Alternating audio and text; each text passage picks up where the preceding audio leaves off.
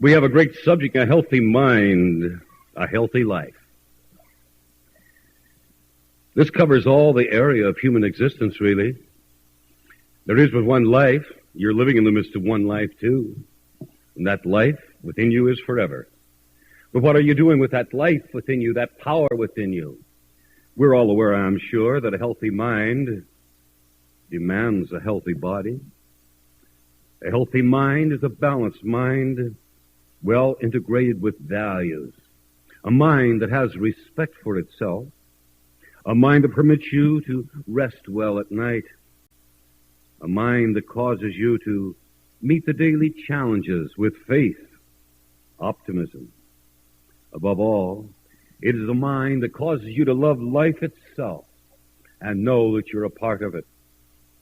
We're all familiar, I'm sure, with psychosomatic studies that prove beyond any doubt when the mind is filled with fear, overwhelming anxiety, tension, stress, the body must respond in a negative way. We know that. But you have the power within you right now to make up your mind that you can heal any situation through right thinking, balanced thinking. So I ask you to be open-minded as we present techniques that you can use.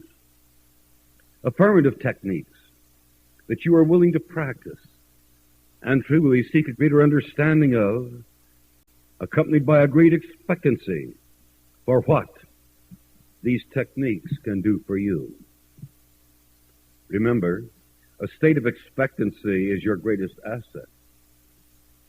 Haven't you found in your life that a state of uncertainty, one moment thinking hope, the next moment thinking it's impossible, or I don't know, it's never produced good results. Dr. Ernest Holmes wrote, even God himself can give you nothing unless you can make up your mind what you do want. Now, the technique we shall use, which is truly principle, is summed up in 4 words: mind answers to mind. There's one mind in this universe, but you also have a mind. And what your mind is attuned to, that is what occurs in your life. Now, to understand this principle, it first demands an understanding that the 2 mind levels we work with at every moment must be understood. First, there is the conscious mind, and that is the level of the mind which we do our own thinking, our own reasoning, and with which we are all familiar. The second is called the subjective mind level. Subjective means under the direction of. Now remember that. Now this concerns that portion of the mind in which lies the creative, obedient, formative power. Now this has been called the subconscious, the unconscious, the creative, the detective mind, but they all represent what we call the subjective mind. Now, naturally, there is only one mind, but for our study and our analyzation, we have classified it into 2 different levels so we can understand its activities and use it more intelligently. To further explain the subjective mind level, let us know it is constantly at work looking after our physical welfare. That might seem strange to you that are ill or have difficulties, that there is something constantly at work, but it is. Do you know if it ceased its action for 1 minute, we would stop living? It keeps our heart beating, it keeps us breathing, it circulates blood, digests the food.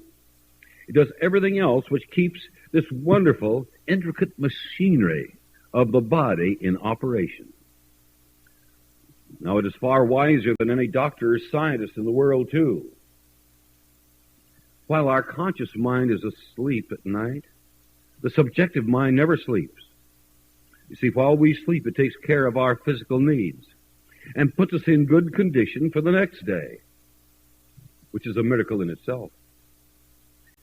Now, there's another way, however, in which the subjective mind is of exceedingly great value. It is where our habits lie.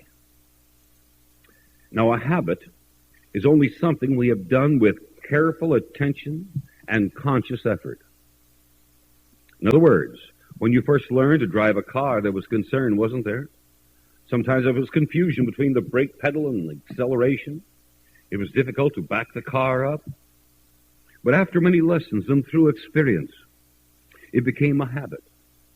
And the subjective mind then automatically functioned as it does when you get in your car. You're entirely different than that first day you started to drive. Now, this same is true with alcohol or drugs. When there was pressure, stress, or tension, a drink or a pill was suggested, and you used it until finally you kept using it under stress until it became an automatic reaction. When under continued pressure, take a drink, take a pill. And it became a habit. The subjective is your creative mind and is obedient to your conscious commands. As we are governed by choice, herein lies our freedom, though. For our subjective mind level, right now, is eminently wiser than our conscious mind, no matter if you have 10 PhD degrees. There's something still wiser, and it's within you right now. And a man or woman who forms a constant habit of knowing the body will be healed, will be successful. The same is true with a business endeavor.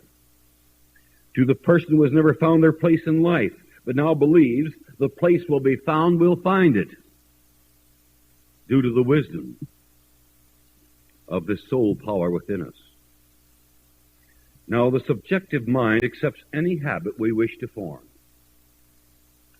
So it's only common sense, it's only logical and reasonable for us to give over, under its care, anything we know would be good for us in life. Now, we can be more healthy, more secure, prosperous, and can advance our welfare in so many different ways by simply deciding upon what it is we desire to be or to do, and then giving the matter enough attention so it becomes a habit. Some people are successful, they don't think otherwise.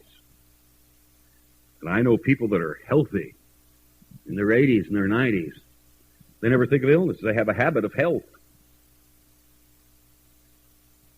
We can be certainly unaware of this power. But I trust when we leave, we will have just a little, at least, consideration of this power that you can use, the power of your mind, which represents a creative process. It permits you to have a habit that's negative, if that's your desire, because it must respond to your desire. Now, we all desire to be healthy and happy and all, but still we don't arrive at that. Why? Because we're still governed by these habits. Therefore, we must institute a new habit. It's going to take time, but sometimes it can happen in just one moment of an instantaneous healing. It can take place. You see, we keep affirming that which needs to be affirmed until the subjective mind takes it over and really looks after us. Again, the principle. Mind responds to mind. Now, mind is intelligent. And intelligence responds to intelligence. Now, we can put this principle to work regarding greater health, strength, prosperity, or vigor of body. We know that by the mere process of living, we are wearing out millions of body cells every day. I forget what the count is, the millions of cells in your hands that have to be renewed. Just every day. If they were made of steel, as I've said before, they would have worn out long ago. But here's this continuing process in the hands. Millions and millions of cells just in your hands. Whether it's washing the dishes or whatever it's doing, new cells are needed. Now, these old cells throughout the body have to be replaced in order that our life shall continue. And as you're sitting here, throughout your whole body, the lungs, the heart, all the body, the tissues, your arms, your legs, your face, your hands, all of it, there is a renewal taking place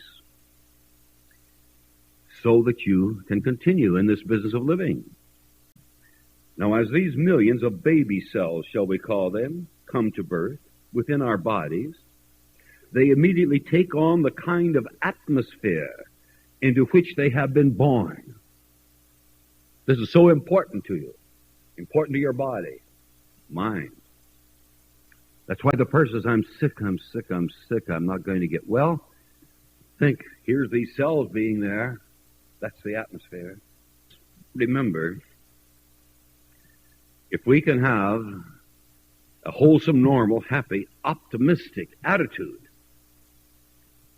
a healthy attitude into which the new cells of our body are born, you'd be surprised the change is going to take place in your body the moment you think on that and be steadfast.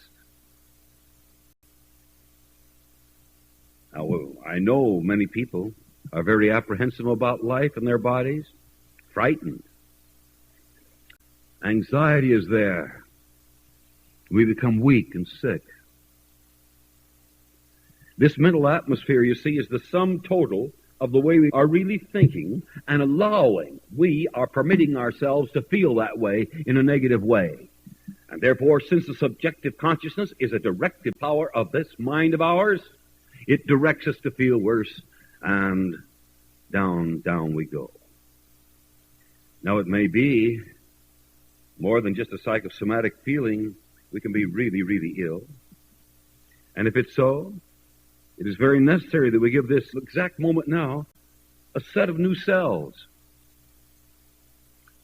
Create a right, wholesome, happy atmosphere in which they will live and work for you. And in every moment, cells are being created. Now, I've observed people reversing this thing. I've known people in their 70s become youthful again. It seems age doesn't have anything to do with it. We don't go by calendar years. We go by the habits that we have used. And it's quite predictable how old a person is going to be by the habits that they have now that abuse the wholesome attitude that is necessary to live in.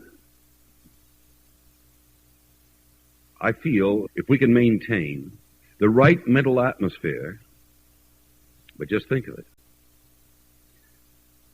It only takes, say, 10 or 15 minutes a day to completely flood the body with a new strength,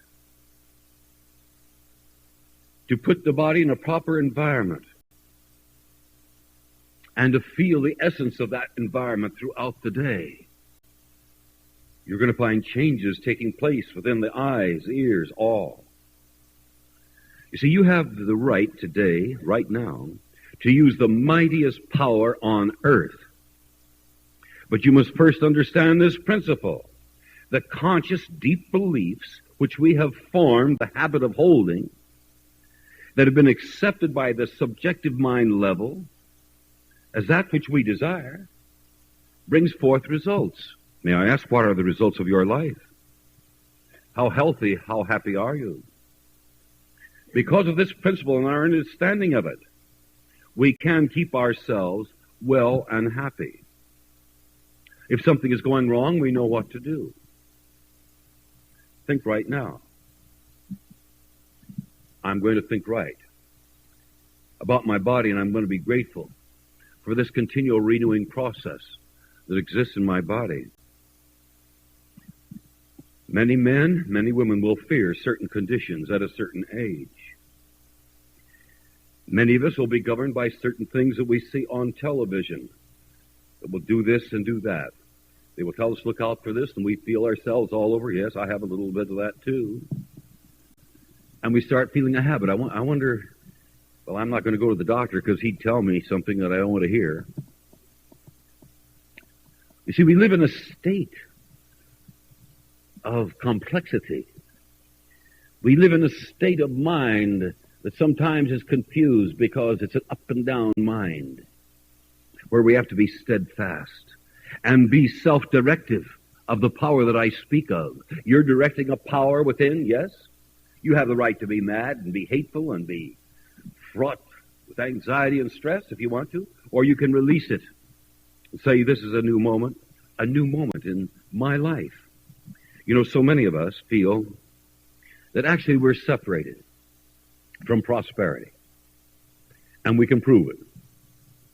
You can show me a low bank account. Say, look, you talk about prosperity, look, I have $3 in the bank. So you have $3 in the bank. I wonder about that mind of yours. How much money did you have in the bank last year? The year before? Tell me about your mind now. Are you fearful about the economics now? How does your mind go? It's a directive mind. You're directing something that actually can cause you to be impoverished because you're accepting that. But there's ideas worth considering that come to you when you get rid of this addiction to poverty, or this addiction to a constant state of stress and strain, or the addiction of drugs. Now, each of us must know that right now, you're not separated from the power that I'm speaking about. We are a definite, distinct part of God because we're life. And since we are an individualization of God's Spirit, we are backed up by the whole of God's wisdom and healing power, all of it. Now, it sounds idealistic, I'm sure, to many of you, but it is the great reality. It cannot become a reality, though, unless we know that. In order to bring to pass any specific result, there has to be a particular human mind through which a thought passes. If I don't know what to do, then I'm asking for a new thought, an idea that will prosper me and bring health to me and all. An idea that I want to be obedient to and be the director of. If we were wise enough right now, we could open our consciousness to permit the unlimited universal God power to think through us and speak through us. Now, I'm sure when I see the teachings, demonstrations of Jesus, my, what a power to just speak that word. Here was a spiritual addiction. I and my Father are one. It is the Father within who speaks through me these words. Now, at that time, little was known about certain diseases, difficulties. But he never asked anyone, how do you feel? In other words, we're readable. It's true, you can tell when a person is downhearted and low in spirit. No matter if they're smiling at you, you can tell something is wrong. Some of us are making believe in this thing called life, and we don't have to make believe. Just be real. Real to that spirit within. When we understand these words that Dr. Ernest Holmes wrote again, an all-wise and all-powerful mind waits eternally for us to speak it into activity by our believing thought in order that individual needs may be met. And now remember, let me quote that again for you. An all-wise and all-powerful mind eternally. In other words, maybe you've passed it up, but it's there eternally for you to use. It waits for you to speak into it activity, a new activity, by a believing thought. I now feel a new activity in my body for health. I feel a new activity in the world of my affairs. What I was meant to be, I am becoming. I become one of that pattern planned for me in the beginning. But I've lost it somewhere. But now I'm finding it. When we understand the definite law by which we are working, the law that tells us what we think about, we become, it is much easier to have the faith required to heal any condition in our lives. You have the required faith, I'm sure. You have the required faith to come to this service. You have the required faith to drive a car or get to your homes. This same thing, having faith in that power that eternally awaits a new word from you. You can be addicted to happiness. Wouldn't it be a tremendous thing when we're so unhappy? But what are you telling me right now? But it's impossible? It's impossible? No, it's possible. So we ask ourselves, how do we start? Well, the following suggestions, I trust, will help you. As I said, every morning and night, try to set apart a time to be quiet and actually commune with yourself. Commune with this mind that Dr. Holmes said is eternally just awaiting a new word from you, a loving word, a believing word, a faithful word. See, this is the time in the morning when you have the opportunity to clarify your mental atmosphere. And as you clarify that mental atmosphere, this is going to be a good day. Your whole body responds. It's going to be a good day. Okay, I'm ready. Let's go. Or you can say, oh, this day, look outside, it's raining. Get on that freeway. I hate it. Here you are, weary already. By your own direction, you've caused yourself to have a bad day. But let's go the other way, that you're communing with God. An infinite intelligence cannot be defined, but it's everywhere present. And in that consciousness of a power within you are, rest as best you can by relaxing the body. Take a few deep breaths. And then just simply declare, I am strong and free in the love of God. God loves me because my heart's still beating. I know that I can call upon that infinite presence for instruction, the same as Jesus did because he said I could. You can repeat, I am strong and free in the love of God. Also, I am well and successful in everything I do. Everything. You see, the real I, your special individuality, is the God Spirit and is perfect. The I functions through the intellect, the emotions, and the body, all of which are so closely related. So closely related. The difference between love and hate's a thin line, isn't it? Such a thin line. But again, you can say, I am strong and free in the love of God. I am well and successful in everything I do. You repeat this until you really know you have an affirmative mental atmosphere. You just keep repeating it. I don't care if it takes you an hour. But you keep repeating it. I am strong and free. Free now.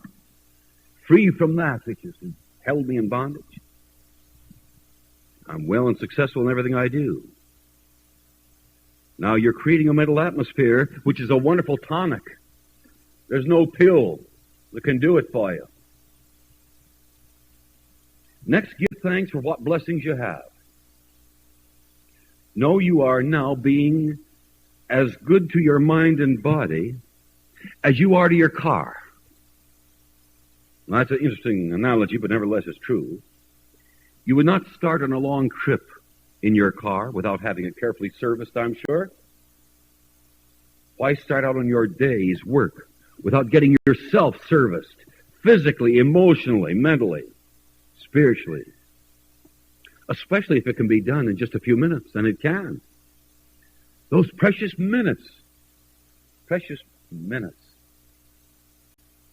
We call years precious. Well, every moment is a moment when something can happen. Because you're directing something to a power within that knows how to bring it to you. Now, This might not mean so much to do the first day or two, maybe the first week, but keep it up, keep it up. This is a process of changing your whole way of life. Think of it. And it requires the re-education of your body, your feeling, your intellect, to the conscious and subjective mind levels. Just be fair to yourself. But remember, keep it up. Plant deeply in your mind these realities. Where you are, the wisdom of God is, to which all things are possible. And know that the fulfillment of your needs are determined by what you are believing and persistently declaring into the subjective consciousness. Now, this can be very valuable to you. Again, know that mind answers to mind. Now, here, let's say you have stress and you reach for another drink. 3 or 4. Mind answers to mind. What mind is that answering to? That which is going to completely cause the mind to become useless. You get drunk, that's an overdose. An overdose of drugs. Tell me, has there ever been an overdose of love? Has anyone suffered from that? Has brain damage ever occurred by love? No, of course not. Now, to declare yourself as having a healthy mind, knowing it, believing it, and practicing it, is one of the greatest blessings you could ever enjoy. And your body, as well as your affairs, will change for the better. One thing is sure, in spirit, that spirit within you, there is no discouragement and no failure. But you have the power to disregard it. Thoughts that are good, beautiful, and true are the whole process which brings to you a better life. And when they are deeply planted into your subjective mind, and that mind knows you mean it, you automatically will become exceedingly expectant. When somebody within you knows you mean it, we'll start diets, never keep it up. We'll start this to get rid of this habit, never keep it. Because why? You haven't told yourself, I mean it. Make a list of what you really desire in life, what you want to become, where you want to be, what you want to have. In your meditation periods, these periods in the morning, at night that I've suggested, ask yourself, as you consider the list, are my requests harmonious and good? Will they help others? Do you feel good as you read them? The requests, do you feel good? If so, be persistent, regardless of appearances to the contrary, regardless of that $3 in your bank account or purse. I am abundant. There is an answer. I'm becoming that answer, and I feel it. I feel secure. And be persistent, and in doing so, something occurs, something happens. So, if you'll do this and remain in the constancy of the healing Spirit of God within, you cannot fail. Why not try it? Your endeavor will be rewarded. Well, let's be grateful that we realize that we do have the power to create a new life that we haven't known for many years. Let us know that in our treatment, our prayer, we're going to commune with the very mind of God. We're all going to do it a different way, but nevertheless, the response of God in our lives can be a wondrous healing power, guiding power, and fulfilling power. Be expectant with me. Be grateful. And so it is. Amen.